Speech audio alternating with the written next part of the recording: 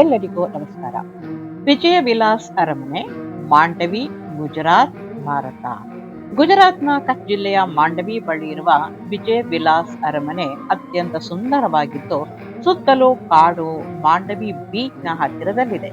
ಇದೊಂದು ಬೇಸಿಗೆಯ ಅರಮನೆಯಾಗಿದೆ. ಈ ಅರಮನೆ ಮಾಂಡವಿ ಪಟ್ಟಣದಿಂದ 8 ಕಿಲೋಮೀಟರ್ ದೂರದಲ್ಲಿದೆ. ಇತಿಹಾಸ: ಇದನ್ನು 1979ರಲ್ಲಿ ಕಚ್ ಮಹಾರಾಜ ವಿಜಯ ರಾಜೇಜಿ ಅವರಿಗಾಗಿ ನಿರ್ಮಿಸಲಾಯಿತು. ವಿಶೇಷತೆ: ಈ ಅರಮನೆಯು ರಜಪೂತ ವಾಸ್ತುಶಿಲ್ಪ ಶೈಲಿಯಲ್ಲಿದೆ. ಇಲ್ಲಿ ಹಮ್ ದಿಲ್ ಸೆ ಚುಕೆ, ಸನಮ್ ಮತ್ತು ಲಗಾನ್ ಬಾಲಿವುಡ್ ಚಿತ್ರೀಕರಣ ನಡೆದಿದೆ. ಖಾಸಗಿ ಬೀಚ್: ಈ ಅರಮನೆಯ ಆವರಣದಲ್ಲಿಯೇ ಖಾಸಗಿ ಬೀಚ್ ಸಹ ಇದೆ. ಸಮಯ ಮತ್ತು ಶುಲ್ಕ: ಬೆಳಿಗ್ಗೆ 9ರಿಂದ ಮಧ್ಯಾಹ್ನ 1ರವರೆಗೆ ಮತ್ತು ಮಧ್ಯಾಹ್ನ 3ರಿಂದ ಸಂಜೆ 7ರವರೆಗೆ ತೆರೆದಿರುತ್ತದೆ. ಪ್ರವೇಶ ಶುಲ್ಕ 50 ರೂಪಾಯಿ. ಕ್ಯಾಮೆರಾ, ವಾಹನಗಳಿಗೆ ಪ್ರತ್ಯೇಕ ಶುಲ್ಕ ಇರುತ್ತದೆ. ಈ ಅರಮನೆಯಲ್ಲಿ ಕಲಾತ್ಮಕ ಕಲ್ಲಿನ ಕೆತ್ತನೆಗಳು, ಬಣ್ಣದ ಗಾಜಿನ ಕಿಟಕಿಗಳಿವೆ ಮತ್ತು ಇಂಡೋ ಯುರೋಪಿಯನ್ ಶೈಲಿಯಲ್ಲಿದೆ. ಜಾಲರಿಯ ಕೆಲಸ, ಗುಮ್ಮಟಾಕಾರದ ಬುರುಜುಗಳನ್ನು ಹೊಂದಿದೆ. ವಿಸ್ತೀರ್ಣ: 450 ಎಕರೆಗಳಷ್ಟು ವಿಸ್ತೀರ್ಣದಲ್ಲಿ ಈ ಅರಮನೆ ಇದೆ. ಪ್ರವಾಸಿಗರು ವಿಜಯ ವಿಲಾಸ್ ಅರಮನೆ ಜೊತೆಗೆ ಮಾಂಡವಿ ಬೀಚ್ ಸಹ ವೀಕ್ಷಿಸಬಹುದು. ವಿಜಯ್ ವಿಲಾಸ್ ಪ್ಯಾಲೇಸ್ ರೆಸಾರ್ಟ್ ಅನ್ನು ಸಹ ಹೊಂದಿದೆ. ಅಲ್ಲಿನ ರಾಜ ದಂಪತಿಗಳನ್ನು ಕೂಡ ನಾವಿಲ್ಲಿ ನೋಡಬಹುದು. ಆ ಅರಮನೆಯ ಮೇಲು ಅಂತಸ್ತಿನಲ್ಲಿ ತೆರೆದಿರುವಂತಹ ಒಂದು ಪ್ರವೇಶ, ಅಲ್ಲಿ ಮೇಲೆ ಬೇರೆ ಬೇರೆ ಆಕೃತಿಗಳನ್ನು ಹೊಂದಿರುವಂತಹ ಗುಮ್ಮಟಗಳು ಮತ್ತೆ ವಿಶಾಲವಾದಂತಹ ಕಿಟಕಿಗಳು, ಇವೆಲ್ಲ ಕೂಡ ತಣ್ಣನೆಯ ಗಾಳಿ ಬರುವ ರೀತಿಯಲ್ಲಿ ವಿಶೇಷವಾಗಿ ಇದನ್ನ ನಿರ್ಮಾಣ ಮಾಡಲಾಗಿದೆ. ಅತ್ಯಂತ ಸುಂದರವಾದಂತಹ ವಿಜಯ ವಿಲಾಸ್ ಅರಮನೆ, ಬಹಳ ಅದ್ಭುತವಾದಂತಹ ವಾಸ್ತುಶಿಲ್ಪ. ಇದು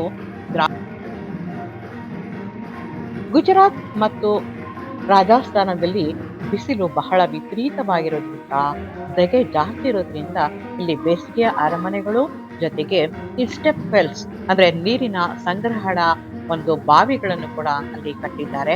ಬಹಳ ಕಲಾತ್ಮಕವಾಗಿ ಕಟ್ಟಿರುವಂತಹ ಸ್ಟೆಪ್ ವೆಲ್ಗಳನ್ನು ಕೂಡ ನಾವು ನೋಡಬಹುದು.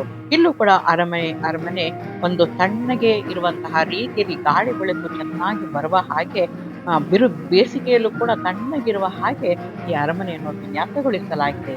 ಒಂದೊಂದು ಬುರ್ಜುಗಳು ಕೂಡ, ಒಂದೊಂದು ಕಂಬಗಳು, ಜಾಲರಿಗಳು ಕೂಡ ನಮ್ಮ ಕೆತ್ತನೆಯ ಕೆಲಸದಿಂದ ನಮ್ಮನ್ನ ದಿಗ್ಮೂಢಗೊಳಿಸುತ್ತವೆ. ಇಲ್ಲಿ ಗುಮ್ಮಟ ಬೇರೆ ಬೇರೆ ರೀತಿಯಲ್ಲಿ ಇದನ್ನ ಕಟ್ಟಲಾಗಿದೆ. ಅಂದಿನ ಕಾಲದಲ್ಲಿ ಬಿಡಿಸಿರುವಂತಹ ರಂಗೋಲೆಗಳು ಇನ್ನೂ ಕೂಡ ಅಷ್ಟು ಸುಂದರವಾಗಿ ನಮಗೆ ಕಾಣ್ತಾ ಇದೆ. ಎಲ್ಲೆಲ್ಲಿ ಕೂಡ ಒಂದು ಅತ್ಯಂತ ವಿಭಿನ್ನ ರೀತಿಯಲ್ಲಿ ಆ ಕಿಟಕಿಗಳನ್ನ ನಿರ್ಮಾಣ ಮಾಡಲಾಗಿದೆ.